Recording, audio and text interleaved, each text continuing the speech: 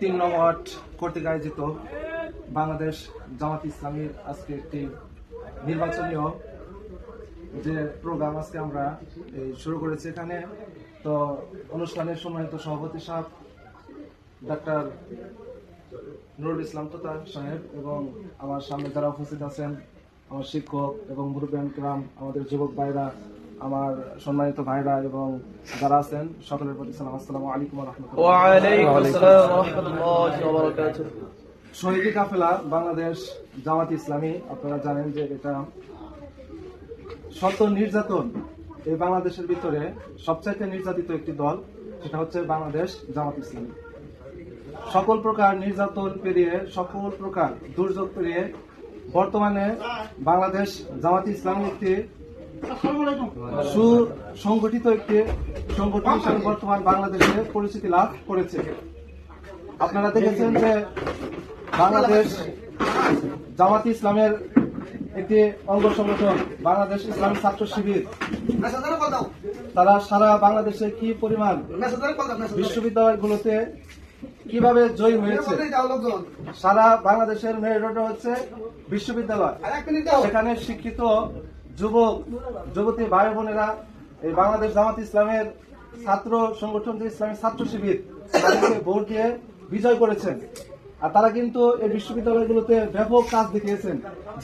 যে পরিমাণ কাজ তারা করেছেন বিশ্ববিদ্যালয়ের আপনার জন্মের পর থেকে এই পরিমাণ কাজ হয় নাই। আলহামদুলিল্লাহ, এটা বাস্তব কথা। যদি এই জামাত ইসলামের একটি ছাত্র সংগঠন যদি এই পরিমাণ কাজ তারা করতে পারে, আপনারা যদি বাংলাদেশ জামাত ইসলামের টাঙ্গাইলে জনাব আহসান হাবিব মাসুদ ভাইকে ভোট দিয়ে যদি আপনারা জয়যুক্ত করতে পারেন এবং সারা বাংলাদেশে যদি জামাত ইসলাম বিজয় হয়, তাহলে তারা কি পরিমাণ কাজ করবে বিশ্ববিদ্যালয়ের দিকে তাকাইলে বোঝা যায়। কথা ঠিক কিনা?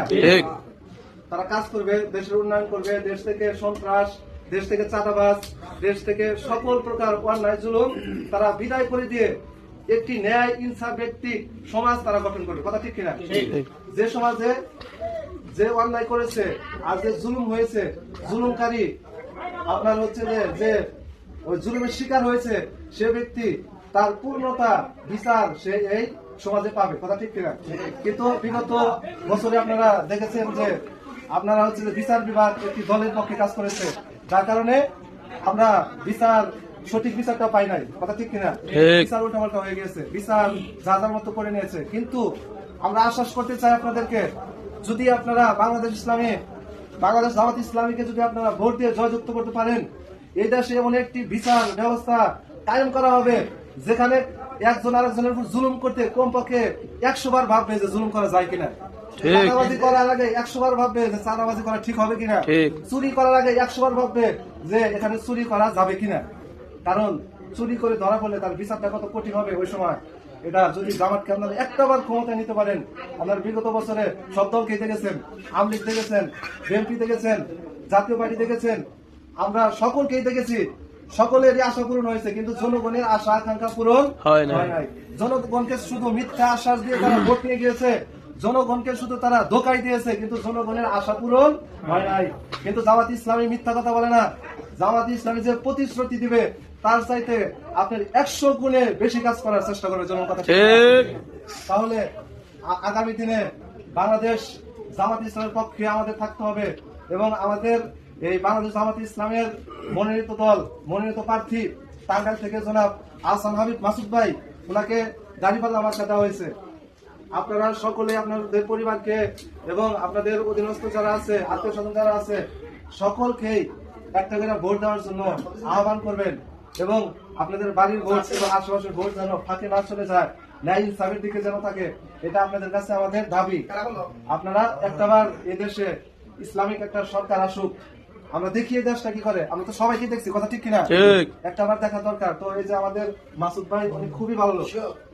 উনি হচ্ছে যে ঢাকা বিশ্ববিদ্যালয় থেকে রাষ্ট্রবিজ্ঞান নিয়ে পাশ করা একজন ছাত্র। এই ঢাকা বিশ্ববিদ্যালয় কিন্তু সবাই চান্স পায় না, এখানে চান্স পাওয়া একটা যোগ্যতার দরকার। উনি রাষ্ট্রবিজ্ঞান থেকে ঢাকা বিশ্ববিদ্যালয় থেকে পাশ করে আসছে। উনি খুবই একটি যোগ্যতাশীল ব্যক্তি। ওনাকে যদি আপনারা ভোট দেন, চরের মানুষের জন্য ওনার কাজ করবেন ইনশাল্লাহ, এবং আমরা ওনার কাছে নদীর কথা তুলে ধরবো। এবং উনি নদীর কথা প্রতিশ্রুতি দিয়েছেনও। যদি উনি এমপি হতে পারে টাঙ্গাইল থেকে, তাহলে উনি সর্বপ্রথম আমাদের এই নদীর কাজ দ্বারা শুরু করবে। এই প্রতিশ্রুতি উনি আমাদেরকে দিয়েছেন। তো আমাদের দায়িত্ব হচ্ছে এখন ওনাকে পাশ করানো। পাশ করলে ইনশাল্লাহ আমাদের শহরের রাস্তাঘাট, আমাদের শহরের যে মানুষের ভোগান্তি আছে, রাস্তাঘাট ভেঙে গেলে আর এই রাস্তাঘাটে কাজ হয় না। আপনি টেন্ডার করা হয় রাস্তা হলো, যে পরিমাণ কাজের জন্য একটা টেন্ডার করা হয় ওই পরিমাণ কাজ হয় না, এখানে কি ধোঁকাবাজি হয়। কিন্তু যদি এই সমস্ত ব্যক্তি এই আসামের মাসুদ ভাই যাইতে পারে, উনি যে টেন্ডারটা পাশ করে দেবো 100 কাজ হলো। ওই সমস্ত রাস্তায় এত সহজে আর ভাঙবো না, কারণ ওখানে 100 টাকার কাজ 100 টাকারই হবে। প্রয়োজনে 1 টাকা ভরা হবে, কিন্তু 1 টাকা হতে কি কমবো না। 100 টাকার কাজ আসলে ওখানে 101 টাকার কাজ হবে প্রয়োজনে, কিন্তু 99 টাকার কাজ হবে না। 1 টাকা বাড়তে পারে কিন্তু কমবে না। তো এই সংগঠনে যদি আপনারা একটা বার দেন, একটা সোনার দেশ তারা উপহার দিবে। এই কথা বলেই আমি আপনারা যারা আসছেন আমাদের এখানে সবাইকে অভিনন্দন এবং শুভেচ্ছা জানিয়ে এবং টাঙ্গাইলবাসীকে আসামের মাসুদ ভাইকে ভোট দেওয়ার আহ্বান জানিয়ে আমি আমার সংক্ষিপ্ত বক্তব্য শেষ করছি। আসসালামু আলাইকুম ওয়া রাহমাতুল্লাহ। খুব সুন্দর আলোচনা হচ্ছে। এখন যেহেতু আমাদের হাতে সময় কম, এখন এই মুহূর্তে